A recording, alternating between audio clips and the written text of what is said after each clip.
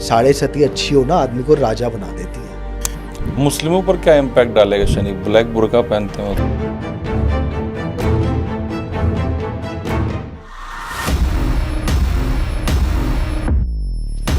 ऐसा है, आपके पास जो लोग आते हैं उनके पास ज़्यादातर के पास डेट ऑफ बर्थ और टाइम अपना होता है, लेकिन बहुत से ऐसे लोग भी होते हैं जिनके पास कुछ नहीं होता। हाँ, तो क्या उनका भविष्य देखा जा सकता है? प्रश्न कुंडली, वो कैसे काम करती है? प्रश्न कुंडली एक अलग शास्त्र है। अच्छा। जैसे भरत पराशर होरा शास्त्र है कुंडली का, इस तरह वो प्रश्न शास्त्र है। वो पर्टिकुलर होता है कि किस टाइम पे आपने क्वेश्चन पूछा, उस टाइम की कुंडली बनती है। अच्छा, मतलब जो प्लैनेटरी पोजीशन उस टाइम की है, हाँ, उससे वो होता है। But it is not for a very long term, 5 साल 10 साल का नहीं होता। मैक्सिमम उसको बोला गया है प्रश्न कुंडली 1 वर्ष तक काम करती है, बट पर्सनली मैं बोलता हूँ 6 महीने तक की प्रेडिक्शन सही निकलती है। अच्छा। हाँ, उसके अंदर आपके रिजल्ट्स मिलते हैं, आंसर मिलते हैं। एग्जाम्पल, आपने कहा कि मेरे पास प्रश्न किया, एक छोटा सा एग्जाम्पल ले रहा हूं कि जी मेरे पास अभी पैसे की समस्या है, एक बार बताओ ना मनीष जी। मैंने प्रश्न कुंडली लगाई, स्थिर लगन आ गया। मतलब क्या है? अभी समस्या स्थिर है, अभी चलेगी। चर लगन आ गया, मतलब अब चल जाएगा, टेंशन मत लो, निकल रहा है। बट वो देखना पड़ता है लग्नेश कहाँ बैठा है, उसकी क्या स्थिति है, वो भी सब देख। प्रश्न कुंडली के कुछ अलग नियम है, वो बिल्कुल ज्योतिष से के नियम और उसके नियम बिल्कुल डिफरेंट है। अच्छा। हाँ, जैसे हम 7th हाउस कुंडली के अंदर बोलेंगे पार्टनर का, प्रश्न कुंडली में 7th हाउस बोलेंगे एनिमी का। अच्छा, चेंज हो जाता है पूरा बिल्कुल डिफरेंट है, वो कॉन्सेप्ट अलग है। अच्छा, कुंडली में ये लग्नेश और भागेश क्या होता है? इसको कैसे समझा जाए? क्या इसका किसी धन से कोई रिलेशन है? सर, लगन का क्या मतलब है? लोग कहते हैं फर्स्ट हाउस को लगन कहते हैं, दूसरा भाव सेकंड हाउस, बाकी पूरी सब कुंडली में 12 हाउसेज हैं, सबको भाव बोला जाता है, लेकिन फर्स्ट हाउस को लगन क्यों बोला जाता है? लगन का क्या मतलब है?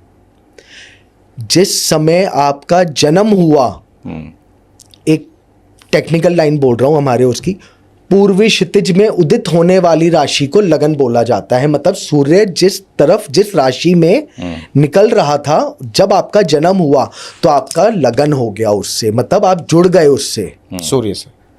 सूर्य जिस राशि में, मतलब उस समय जो राशि उत्पन्न हुई थी, सूर्य की तो मूवमेंट चल रही है हर 2-2 घंटे बाद, उस समय जो पूर्व में जो राशि उदित हुई, पूर्वी क्षितिज में उदित होने वाली राशि, उधर जो राशि चल रही थी उससे आप जुड़ गए, वो आपका लगन है। ठीक है। तो आपकी टोटल पर्सनैलिटी वही बनेगी।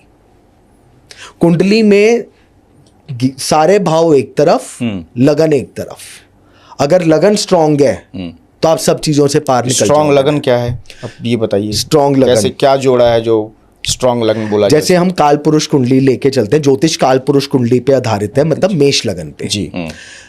अब मेष लगन का स्वामी है मंगल। अब मंगल लेट से 10th हाउस में बैठ गया, कर्क राशि, वो मेष लगन में उच्च का मंगल है, 4थी दृष्टि है लगन पे, तो लगन मजबूत हो गया। अब अष्टक वर्गा कुंडली देख लो, 28 से ऊपर नंबर है अगर उसके, 33 34, स्ट्रांग हो गया लगन। 28 से नीचे जा रहे हैं नंबर, वीक हो गया। लग्नेश 6 8 12 भाव में चला गया, लगन वीक हो गया। लगन ही हर चीज करता है। अगर लगन वीक है तो स्ट्रगल कुंडली में है।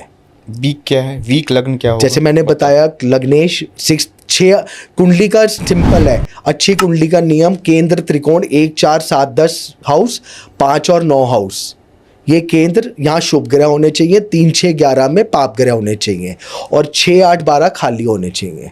जितने ग्रह 6 8 12 में होंगे उतना कष्ट होगा, लेकिन उसमें भी शर्तें हैं। क्या पता विपरीत राजयोग बन रहा हो 6 8 12 का, तो बहुत अच्छा है। विपरीत राजयोग क्या हुआ? जो ये खराब भाव है उनका आपस में एक्सचेंज हो जाए तो वो विपरीत राजयोग है। अब कई अब लोग मैं तो मेरे- यहाँ ये पूछ सकता हूँ कि राजयोग क्या है? राजयोग केंद्र और त्रिकोण का संबंध, मतलब 1 4 7 10 हाउसेस का 1 5 9 से भाव से कनेक्शन बन जाए तो वो राजयोग है।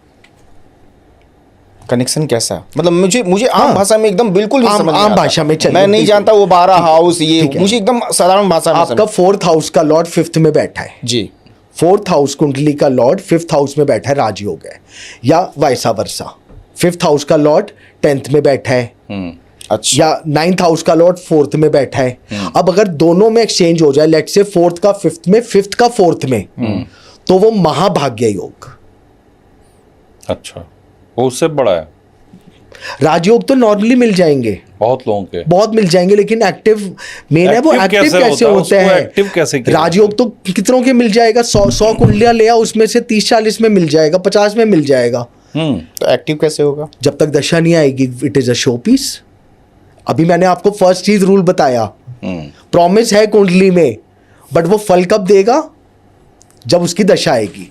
अब पता चले आपकी कुंडली में गुरु ने राजयोग बना दिया, बट आपके लाइफ टाइम में गुरु की दशा आ रही है व्हेन यू विल 90 इयर्स, तो क्या करेंगे उसका? क्या करेंगे? स्टेशन बैठे रहो, ट्रेन का इंतजार करते। बस वो एक, चाहे वो धन योग है चाहे राजयोग है, it is a mental satisfaction कि मेरी कुंडली में तो राजयोग है। तो इससे अच्छा ना ही हो गुरु। ना ही हो, इट इज, मैं बोलता हूँ it is a show piece then, क्योंकि बीच में जो अंतरदशा प्रत्यंतर दशा आएंगी वो छोटे टाइम के लिए आएंगी, साल 2 साल के लिए आएंगी। आदमी जब तक प्लेटफॉर्म बनाएगा दशा खत्म। महादशा अगर आ गई राजयोग में तो आदमी सक्सेस कर जाएगा। एक शब्द सुना है महादशा, आप बोल रहे हैं शनि की महादशा, सबसे अच्छी है। क्या होता है वो? अच्छे लोग तो डराते हैं। नहीं जी, बिल्कुल। आप हिस्ट्री उठा के देखिए, शनि के नाम से ही लोग डराते हैं। शनि क्या है? न्यायाधीश। जो आप कर रहे हो वो ही आपको फल मिलेगा। अगर आप अच्छे कर्म कर रहे हो तो शनि आपको अच्छा ही फल देगा। शनि को न्यायाधीश बोला गया है, ठीक है। सेवक बोला गया है। आप नोट करिए, आपकी कुंडली, अगर ज्योतिष की आप देखें, जितने भी प्राइम मिनिस्टर्स बने हैं 70% साढ़े सतियों में प्राइम मिनिस्टर बनते हैं। अच्छा, साढ़े सती अच्छी हो ना, आदमी को राजा बना देती है। शनि बिल्कुल खराब प्लैनेट नहीं है, आपके कर्मों का ही फल देगा बस। अगर आपके कर्म खराब हैं, तैयार हो तो जाओ। कोई भी हो, कोई भी हो, XYZ। आपको एक इसके पीछे कथा सुनाता हूँ छोटी सी। जी शनिदेव शिव जी के पास हुआ कि अब आपके पास 7.5 वर्ष के लिए साढ़े सती शुरू हो रही है। उन्होंने कहा नहीं, कम करो कम करो, करते करते वो उन्होंने बोला 7.5 पैर के लिए मैं शिव जी आपके पास आऊँगा। शिव जी ने कहा शनिदेव आएंगे, ये वो, मैं काम करता हूँ हाथी का रूप लेके 7.5 पैर के लिए जंगल में चला जाता हूँ, वो मुझे पकड़ ही नहीं पाएंगे। टाइम पूरा हुआ तो शिव जी कहते हैं शनिदेव को, देखा जी मैं बच गया। कहता है जी मेरी साढ़े सती का ही तो प्रभाव था, तभी तो आपको कैलाश छोड़ के जंगल में हाथी का रूप धारण करना पड़ा। शनि जो भी आपने कर्म करा है उसका फल देगा, ये कंफर्म्ड है। मेरा ये सवाल है, जैसा मैं आपसे भी चर्चा कर रहा था, ये कलयुग है। कलयुग में पाप की प्रधानता है, अधर्म की प्रधानता है। बिल्कुल। तो फिर शनि किसको अच्छा फल देंगे? हर इंसान तो आज गलती कर रहा है, चोरी कर रहा है, झूठ बोल रहा है। झूठ तो ऐसी चीज हो गई कि आम है, आम है। तो किसको फिर अच्छा फल मिलेगा? बिल्कुल। कारक तत्वों पे जाइए। अच्छा, शनि का कारक है न्याय और सेवक। किसी का अच्छा शनि है कुंडली में तो इट मीन्स ये नहीं है कि वो सेवक है तो वो बहुत अच्छी जॉब पे जाएगा। बहुत अच्छा शनि है तो क्या पता इंडस्ट्रियलिस्ट बन के वो नौकर एक फैक्ट्री लगा ले जिसमें हजारों लोग काम भी कर रहे हैं। You should be at your ethics. अगर आप एथिकली चल रहे हैं, आप बहुत इंडस्ट्री देखेंगे ग्रो कर रही है, एकदम डाउन हो गई, बैंकरप्ट हो गई, कहीं ना कहीं उन्होंने अपने एम्प्लॉयज के साथ गड़बड़ करी होगी। लाइक PF कर लिया, कुछ भी, किसी भी तरह रूल्स रेगुलेशन जो होते हैं। शनि आपको अगर अच्छा रखना है तो अपने जो आपका स्टाफ है, मैं ये नहीं कह रहा एक्सेस लेवल पे करो, but don't humiliate them. Okay. कर्म हमेशा अच्छे रखिए। ये तो सब कहते हैं, बड़े बुजुर्ग भी कहते हैं कर्म कर्म हमेशा। अगर आप आप अपने घर में या ऑफिस में कहीं भी जो स्टाफ है उनके साथ अगर आप अच्छा व्यवहार नहीं रखेंगे तो आप कितने शनि के उपाय कर लीजिए। और अगर आप कोर्ट भी ले लो, लॉ का कलर क्या है, जजेस का ब्लैक है, ब्लैक कलर है। जब शनि आएगा तो ब्लैक एंड व्हाइट आपकी जिंदगी में कर देगा, कंफर्म्ड। मुस्लिमों पर क्या इम्पैक्ट डालेगा शनि? ब्लैक बुर्का पहनते हो तो? देखिए, इसके अंदर कहा गया है राहु और केतु। हम लोग जो सनातनी हैं वी आर केतु। अच्छा। राहु को बोला गया है परंपरा से हटके। अब कौन सी परंपरा? इसमें हिंदू मुस्लिम की बात नहीं है, यही मैं जानना चाहता हूं। हिंदू मुस्लिम की बात नहीं है, परंपरा से हटके। हमारे हिंदू के अंदर रिचुअल क्या है? डेथ के बाद हम दाग देते हैं, जला देते हैं। वहां पर क्रिश्चियंस और मुस्लिम लोग दफना देते हैं। हमारे सनातनी में है कि खाली 4 वर्ष तक के बच्चों को बहाया जाता है या दबाया जाता है। तो वो परंपरा से हटके काम बढ़ता जा रहा है। तो क्योंकि कलयुग के अंदर आपने जैसे कहा पापी ग्रहों का, तो आप देखिए हिंदू की पॉपुलेशन धीरे धीरे परसेंटेज कम होती जा रही है वर्ल्ड वाइड। तो यही है ना, इसलिए प्रधान है वो पाप ग्रह, राहु की प्रधानता है। और यही आपका कलयुग का अंत बनेगा। भागवत में लिखा हुआ है ना, कलयुग के अंत तक जब चौथा चरण आएगा, जब कल की अवतार होगा, तो उसमें क्या लिखा हुआ है? एक 8 वर्ष की लड़की भी अपने घर में सुरक्षित नहीं होगी। आदमी का साइज इतना छोटा हो जाएगा कि वो टमाटर के तोड़ने के लिए भी उसको सीढ़ी का इस्तेमाल करना पड़ सकता है। गाय कूड़े में मुंह डालेगी। पंडित और ज्योतिष हर घर घर में होगा। सब कुछ लिखा हुआ है उसमें। अब हम फिर से आते हैं, मुझे मतलब अभी एक सवाल जो मेरे दिमाग में चल रहा है उसका जवाब नहीं मिला मुझे। कोई इंसान परेशान है, एक तो उसकी परेशानी दूर हो, दूसरा उसको 2 चीज़ें चाहिए, पैसा और पावर। किसी को भी, मुझे भी, इनको भी, सबको। मैं आपको कुंडली नहीं दिखा रहा, मैं आपसे सिर्फ ये जानना चाह रहा हूँ कि कैसे ये मिल जाए, हम क्या ना करें और क्या करें। एज ए एस्ट्रोलॉजर आप क्या सजेस्ट करेंगे? अगेन मैंने जो सबसे पहले बोला, देखिए कलयुग के 4 प्रधान देवी देवता हैं, शिव जी और देवी जी, ये तो चारों युगों में है। ठीक है। कलयुग में हनुमान जी और कृष्ण जी।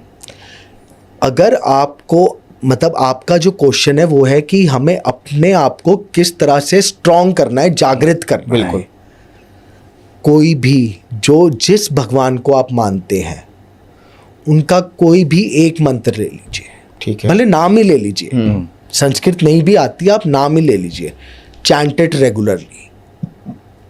एक टाइम के बाद उसमें पावर आ जाएगी।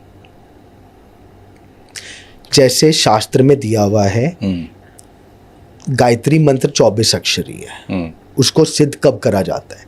जब आप 24 लाख बार कर लें तो वो सिद्ध हो जाएगा। कोई समय नहीं, कोई लिमिट नहीं, कोई समय सीमा नहीं बांधी गई। हाँ। अब जो गुरु मंत्र दिया जाता है वो इसीलिए 1 अक्षरी होता है कि जैसे 1 लाख हुआ उसमें पावर आ गई। अच्छा। आप कोई भी मंत्र ले लीजिए, हनुमान जी का है रामदूताय नमः, श्री रामदूताय जो राम जी के दूत हैं। कृष्ण जी का ओम नमो भगवते वासुदेवाय ले लीजिए, विष्णु जी का कोई भी मंत्र जो आपका मन करे उसको आप रेगुलर चैंट करने लगिए, रेगुलरली चलते फिरते, कोई टेंशन नहीं। बस बाथरूम में आपको नहीं करना, बट उसके अंदर भी है कुछ टाइम, भले ही 1 माला या 2 माला नियमित बैठ के आराम से करिए और उसको चैंट करते रहिए। कुछ टाइम बाद आपको अपने आप फील हो जाएगा, आपके अंदर एक इंट्यूशन पार शुरू हो गई है कि आपको अपने आप साइन मिल जाएगा, ये काम मत कर। आप कोई भी काम करने जा रहे हैं वो आपके लिए कवच का काम करेगा। अच्छा, मतलब उसमें अपने आप पावर हो सकती आ जाएगी, अपने आप आ जाएगी। फिर जैसे ग्रहण आएंगे, ग्रहण हो गए, जो पर्टिकुलर प्रॉपर ग्रहण का टाइम है उस टाइम उस मंत्रों को करो, आप सिद्ध होने लगेंगे धीरे धीरे। मतलब एक इंसान खुद एक मंत्र को पावर दे सकता है, बिल्कुल दे सकता है, और उसको एक कवच के रूप में बना सकता है, बट उसके लिए गुरु आज्ञा लेना बहुत जरूरी है। अब ये क्या है?